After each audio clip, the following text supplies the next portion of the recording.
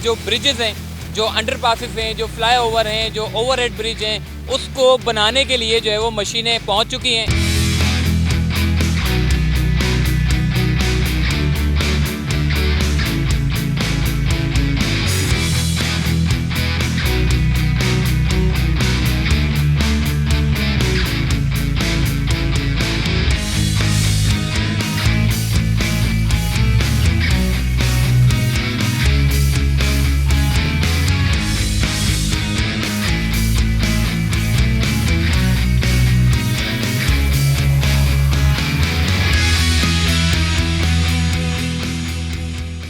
अस्सलाम वालेकुम। चलते फिरते मैं आपको खुशामदीद कहता हूँ। कराची सर्कुलर रेलवे को मॉडर्न बनाने का काम जो है वो तेज़ी के साथ जारी है।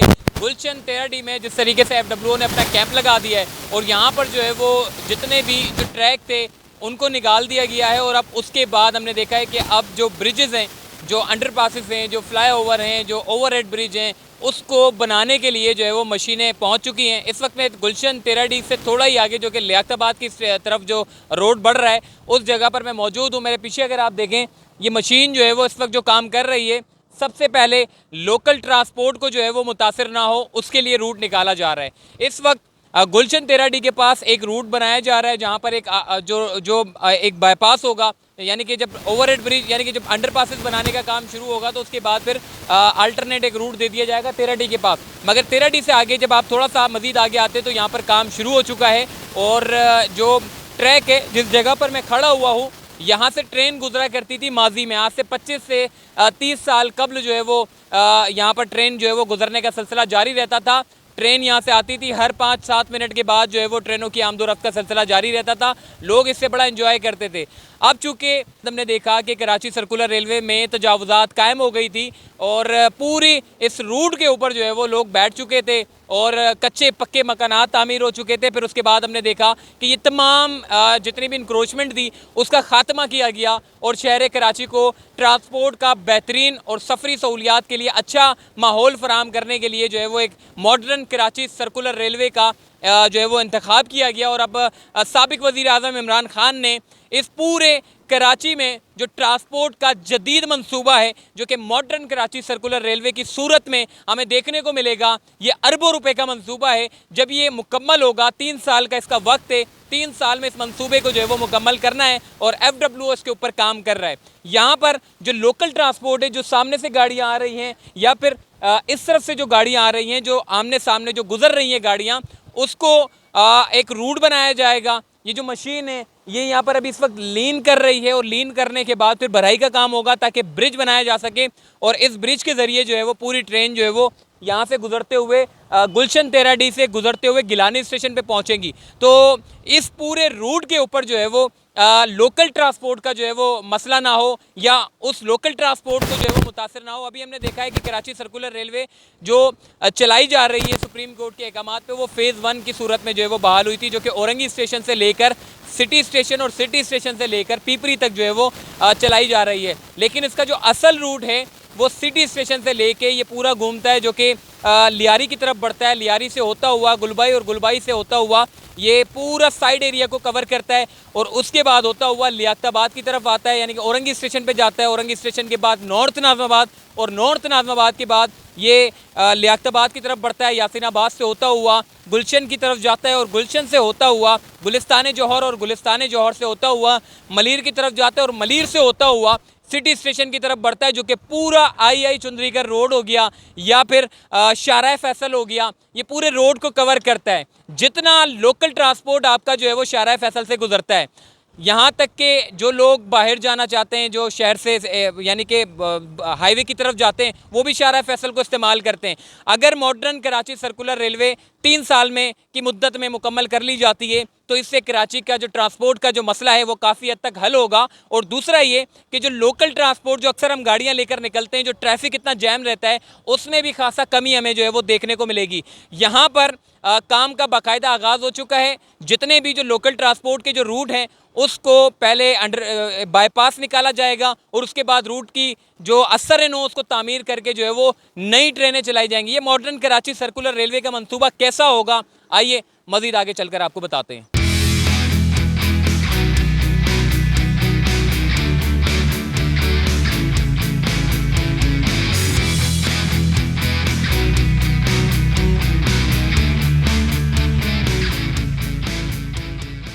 जी, इस वक्त मैं गुलशन तेराडी के पास मौजूद हूँ, जहाँ पर तेराडी का जितना लोकल ट्रांसपोर्ट है, ये सारा का सारा डाइवर्ट होगा, यहाँ से गुजरता हुआ सीधा सिविक सेंटर की तरफ जाएगा। क्योंकि उसकी वजह ये है कि जितना भी ये जो अल्टरनेट जो रूट निकाला जा रहा है, ताकि जो तेराडी के पास अंडरपास बनाया जाएगा, उसके अल्टरनेट रूट को इस्तेमाल करते हुए लोकल ट्रांसपोर्ट का जो है वो गुजरना होगा और FWO जो है वो तेराडी के पास अंडरपास बनाने का काम जो है वो शुरू करेगा। इसी के साथ साथ अब थोड़ा सा KCR मंसूबे के बारे में बात करूँ, ये बड़ा मॉडर्न मंसूबा है। इसकी जो ट्रेनें होंगी, ये बड़ी जदीद किस्म की ट्रेनें होंगी। 2 इसके जो है वो रूट निकाले जा रहे हैं, यानी कि आना और जाना लगा रहेगा। इसके जो अगर ट्रैक के बारे में बात करें, तो स्टैंडर्ड गेज के जो है इसके पूरे ट्रैक जो है वो बिछाए जाएंगे। और इसी के साथ साथ आपको ये भी बता दूं कि तिजारती सरगर्मियाँ जो है वो मुख्तलिफ स्टेशन पर जो है वो जारी रहेगी। और इसके साथ साथ साबिक वज़ीर आज़म, यानी कि जब इमरान खान की हुकूमत गिराई जा रही थी, उससे कबल ही साबिक वज़ीर आज़म इमरान खान ने तमाम जितनी भी फंडिंग थी वो जो है वो तकरीबन जारी कर दी थी, जिसके बाद हमने देखा कि अब कराची का जो मॉडर्न जो ट्रांसपोर्ट का जो निज़ाम है, उसको बेहतर करने के लिए जो है वो FWO अपना किरदार अदा करेगा। और इसी के साथ साथ आपको ये भी मैं बता दूं कि सिर्फ KCR का मंसूबा नहीं खान साहब ने जो है वो इसकी फंडिंग जारी की, बल्कि हमने ये भी देखा है कि कराची शहर में जो फ्रेट कॉरिडोर का जो मंसूबा है, जिसमें शहर कराची का जो सबसे बड़ा, जहाँ पर इंक्रोचमेंट कायम हो गई थी, पाकिस्तान रेलवेज़ का सबसे बड़ा अहम ज़राया था, वो पूरा का पूरा जो है वो इंक्रोचमेंट की जद में था, वो पूरा ख़त्म करके वहाँ पर जो है वो फ्रेट कॉरिडोर का मंसूबा जो है वो वहाँ पर ट्रेनें चलाने का सिलसिला जो है वो शुरू किया। और इसी के साथ साथ जो तीसरा बड़ा मंसूबा है KCR के बाद,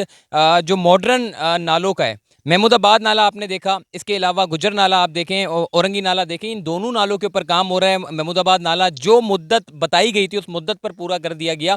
और इसी के साथ साथ ये जो कराची शहर का जो ग्रीन लाइन का मंसूबा जो काफ़ी टाइम से जो है वो ताखीर का शिकार था, उस मंसूबे को भी मुकम्मल करवाया। पांचवा सबसे बड़ा मंसूबा जो कि K4 का मंसूबा है, खान साहब की हुकूमत ने अपनी हुकूमत जाने से पहले ही उसके भी पैसे जो है वो जारी कर दिए, तमाम डिज़ाइन फाइनल कर दिया गया है। और शहर कराची वालों को जो गुज़िश्ता 13-14 सालों में जो मंसूबा खटाई में पड़ गया था, उसमें कुछ उम्मीदों की जो किरणें वो खान साहब ने दिखाई है। और इंशाअल्लाह ये K4 का मंसूबा भी जो है वो बहुत जल्द जो है वो शहर कराची वालों को जो है वो पानी फराम करेगा। और इस मंसूबे से शहर कराची के लोग जो है वो बहुत फ़ायदा उठाएंगे। कभी मौका लगा तो आपको इस K4 मंसूबे के बारे में भी जो है मैं आपको अपडेट करूँगा तफसीलन तौर पर। इसकी भी बड़ी अच्छी और बड़ी अजीब जो है इसकी दास्तान है। बाकी अगर मॉडर्न सर्कुलर रेलवे की बात करें, तो खान साहब की हुकूमत गिराने से पहले ही उन्होंने अपने तमाम जितने भी मंसूबे थे, वरना ज़्यादातर हमने देखा है कि माजी की जो हुकूमतें हैं या फिर करंट हुकूमतें हों, वो जितने भी मंसूबे बनाती है खासकर कराची में, वो सारे के सारे अधूरे मंसूबे होते हैं। या तो वो सुस्त रवि का शिकार हो जाते हैं, या तो वो मुकम्मल ही नहीं हो पाते। और जब उसको सालों गुजर जाते हैं तो वो मंसूबे की जो लागत है वो डबल हो जाती है, जिसकी वजह से वो मंसूबा फिर नई हुकूमत आने वाली जो होती है वो उस मंसूबे को रोक देती है। तो इसी के साथ साथ खान साहब की ये बड़ी ज़बरदस्त हमने क्वालिटी देखी है, जो कराची में उन्होंने जो मंसूबे जिसका ऐलान किया, न सिर्फ उसके ऊपर काम किया, बल्कि शहर कराची वालों को वो मंसूबे बनाकर दिखाए। और आज कराची वाले उस मंसूबों से जो है वो फ़ायदा उठा रहे हैं। बदकिस्मती से खान साहब की गवर्नमेंट अब जा चुकी है। अब देखना ये है, जिस मंसूबों के ऊपर खान साहब ने अपनी दिलचस्पी का और प्रैक्टिकली जो काम हम देख रहे थे, अब उसके ऊपर मजीद वो काम चल सकेंगे या नहीं चल सकेंगे, वो तो मुस्तकबिल की बात है। मगर मॉडर्न सर्कुलर रेलवे के ऊपर जो फंडिंग जारी की गई थी, उसके मुताबिक जो है वो अब कराची का जो दहरीना मसला है ट्रांसपोर्ट का, वो ट्रांसपोर्ट का मसला जो है वो हल हो जाएगा। और शहर कराची वाले इस जदीद मंसूबे से बहुत फ़ायदा उठाएंगे। तो चलते फिरते से मुझे दीजिए इजाज़त, तब तक के लिए अल्लाह हाफिज़।